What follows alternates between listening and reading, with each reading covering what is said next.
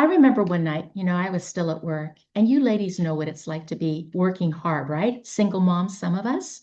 But I was still at work and I kept texting my daughter, "Sweetheart, I'm going to be home soon." And the thing is, I only lived 5 minutes away, but soon turned into 4 hours. And by the time I got home, she was asleep, still holding her phone. She had waited for me until she couldn't. And I remember standing there in the doorway, looking at her with tears in my eyes, loving her so much and thinking, what am I doing? So I was a single mom and I hadn't had a job in a while. So when I finally did, I really wanted to do well. I wanted to prove that I was someone that they could count on, dependable, competent, easy to work with, someone that they would want to keep around. I wanted them to see me as an asset. But what I didn't realize was that my dedication at work was quietly becoming a liability at home, stretched, showing up everywhere, but not fully anywhere. And so something in me knew that it's not just about this night, there's something more. So I made a decision. I decided to understand what was really going on because I wasn't choosing work over my daughter. I mean, I loved my daughter. I was choosing being needed over being connected.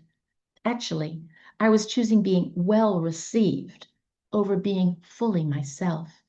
And it felt responsible, not wrong. So normal, in fact, that I almost missed it. Now, I didn't have a roadmap, so I had to figure it out as I went. I took courses, I did the inner work, piece by piece, year by year, but slowly I began to see patterns, patterns I'd never seen before, patterns in how I showed up, patterns in how I related to people, patterns in how I defined my value. And once I saw them, I couldn't unsee them. That shift changed my life. Now, my life didn't suddenly become perfect. The inner work is ongoing. But I stopped measuring myself by how much I could carry, and I started living from who I actually am, a beloved daughter of the King. Now, I know I love people and I love my work, but I don't have to prove that I'm worth keeping. And when I'm with someone, I can be fully present, not half thinking about the next thing or trying to fix something else elsewhere mentally. But the biggest shift, I think, was this. I no longer feel like everything depends on me. What a relief. Now, I've observed that these are not just my patterns. They're patterns that many women live without even realizing it. So today I want to share 3 patterns that I began to see. And if you hear nothing else, please hear pattern number 3, because that is where freedom begins. Okay, the first pattern I was making was an invisible trade. Like I said earlier, I was trading true connection for being needed. And the reason we don't recognize that it's a trade is because it gets rewarded. We're seen as dependable, thoughtful, capable, we're appreciated, sometimes even promoted. But over time, external validation can become internal identity.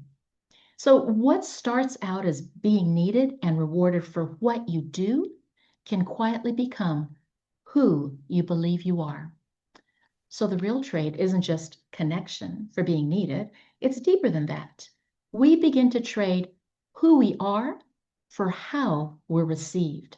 And so we start to measure ourselves by what we do, how much we make, what we perform, how others respond to us. And then we let that define our value. So it's like watching little kids at a party. You know how they flit from table to table looking for the yummiest food, the most fun, the sweetest attention. And when they find that place, oh, it feels good. So they stay there. Likewise, we naturally gravitate toward what fills our emotional tank, what makes us feel valued, noticed, affirmed. Yes, it feels good. But if we're unaware, what feeds us can also start to hold us. So affirmation can become attachment.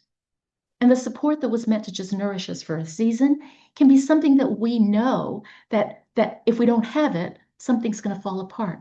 So we're no longer just receiving approval, we're relying on it.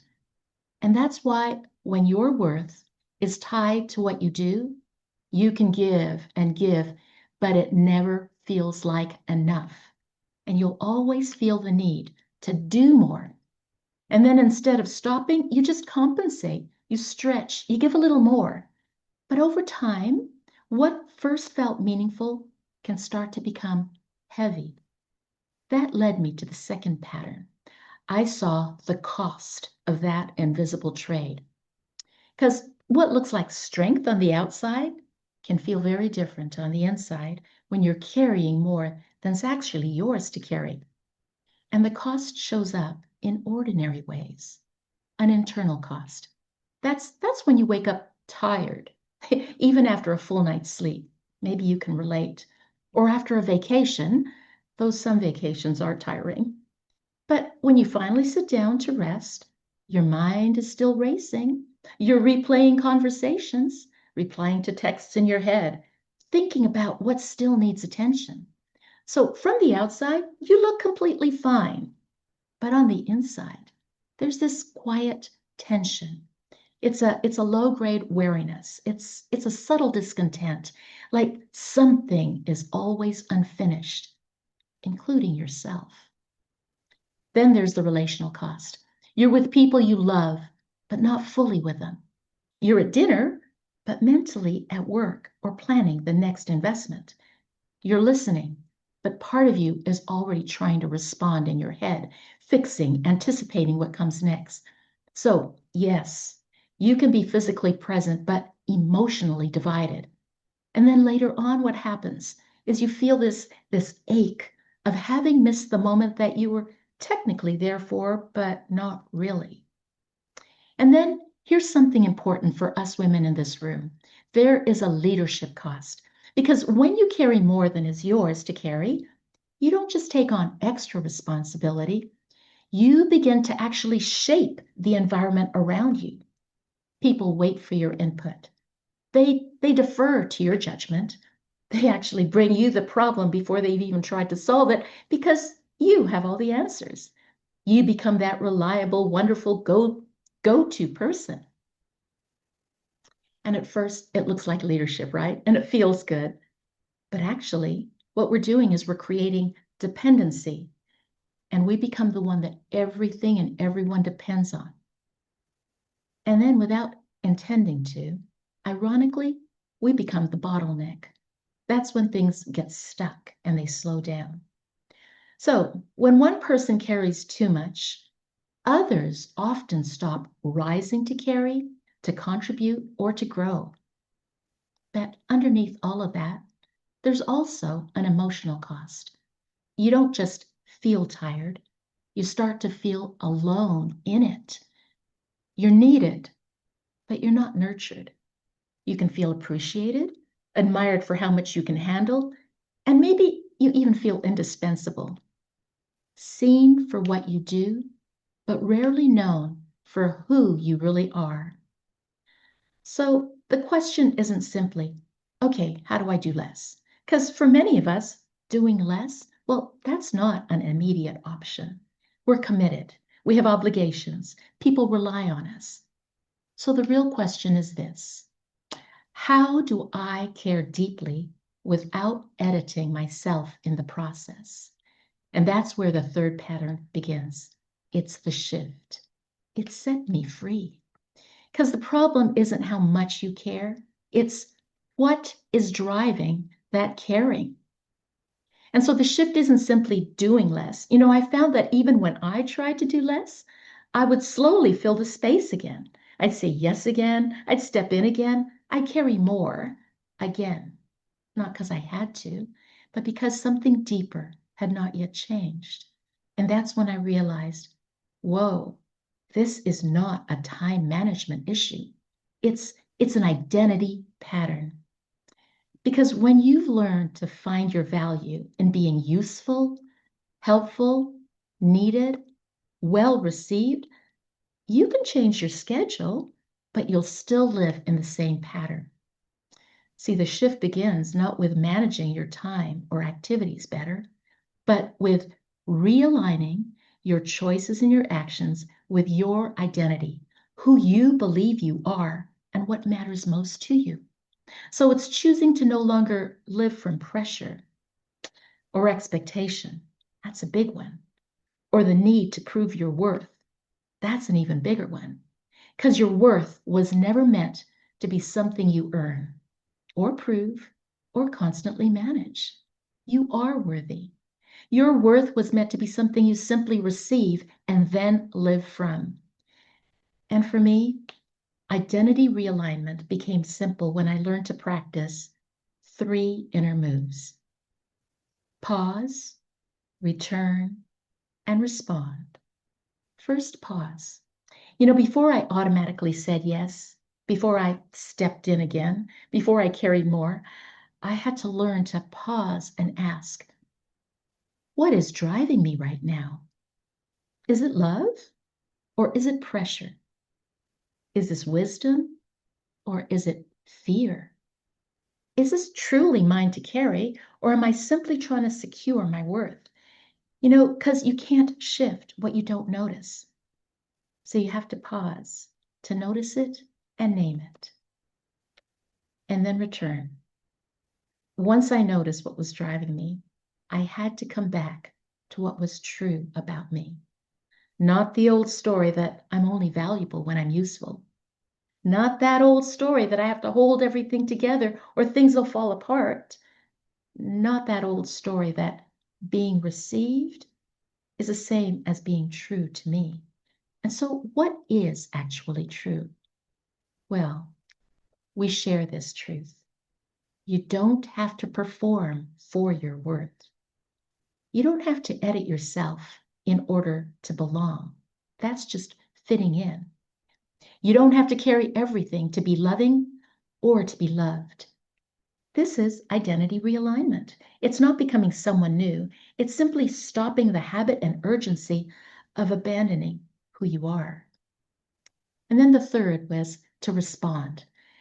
Respond. From that place, I began to choose differently. Sometimes it meant being helpful. Sometimes it meant just waiting. Sometimes it meant saying no. Sometimes it meant letting someone else rise to the occasion. Because remember, the goal isn't withdrawal, it's alignment. It's asking questions like, what would the truest version of me do here? What's mine to carry and what's not? What would it look like to care deeply and still honor myself? That is the shift. So not from caring to not caring, but from compulsion and unconscious habits to clarity of the life you truly desire. From proving your worth to peace in who you are. From being driven by how you're received to being rooted in who you are. And what surprised me was that when I stopped carrying everything, other people began to rise and carry more. And when I stopped filling every gap, other people began to think, create, and collaborate. And when I stopped leading from pressure, I could finally lead from presence. I could see my team, my partners. I could trust and value them. That is expansive leadership. Now, nothing about that made me feel less loving. In fact, it made my love cleaner. I was less anxious. I was less controlling. I was more honest, more free. So the goal isn't to care less, it is to care in a way that doesn't cost you yourself. And like Rosalind and Christine said, the shift always begins with a decision, a life-altering decision. To stop living on autopilot, driven by pressure, all those expectations, yours and theirs, and the need to prove that you're something, that you're worthy. And then to start living from your true identity. Now, for me, that decision began that night when I stood in the doorway and looked at my daughter asleep with her phone still in her hand. I knew I needed to change, not just what I was doing, but what was driving me.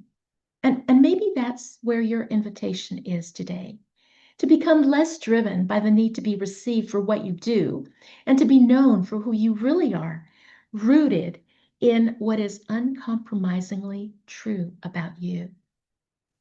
So I'd like to leave you with 3 questions. Where in my life am I trading connection for being needed? Where am I carrying more than is mine to carry? And what would it look like to begin living from who I truly am, already loved, already chosen, already enough as children of the King? Thank you.